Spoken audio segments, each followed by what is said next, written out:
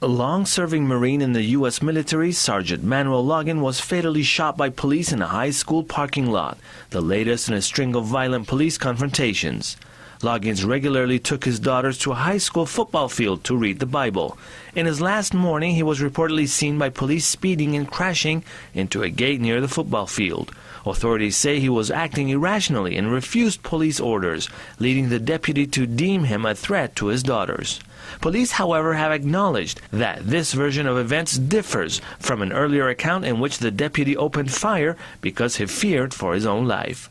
This was an unarmed individual who was walking away from an armed police officer, was shot more than once in the back.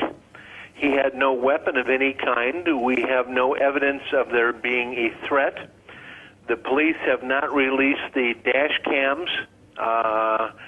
They have cameras on their cars, which would have shown the incident. There would have been live radio traffic. That has been suppressed. Loggins' friends and colleagues have questioned official accounts of what happened, describing him as a kind family man who would never disobey authorities or jeopardize the safety of his daughters. The Marine's death comes just a week after police shot dead a teenager in his grandmother's apartment in New York. Police say 18-year-old Ramarley Graham was attempting to flush a bag of marijuana down the toilet. The boy was unarmed and police did not have a warrant to enter the home.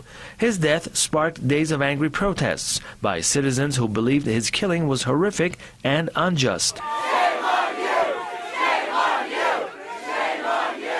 There has been a great deal of frustration within the American community over the abuse of authority by law enforcement officials. Criticisms have mounted following the arrest of hundreds of anti-capitalist protesters across the country and rampant reports of excessive use of force as well as human rights violations by police against mostly peaceful protesters. On Saturday, 2 occupying Oakland protesters were arrested for allegedly struggling with officers. Ironically, the arrests were made during a weekly march against police brutality.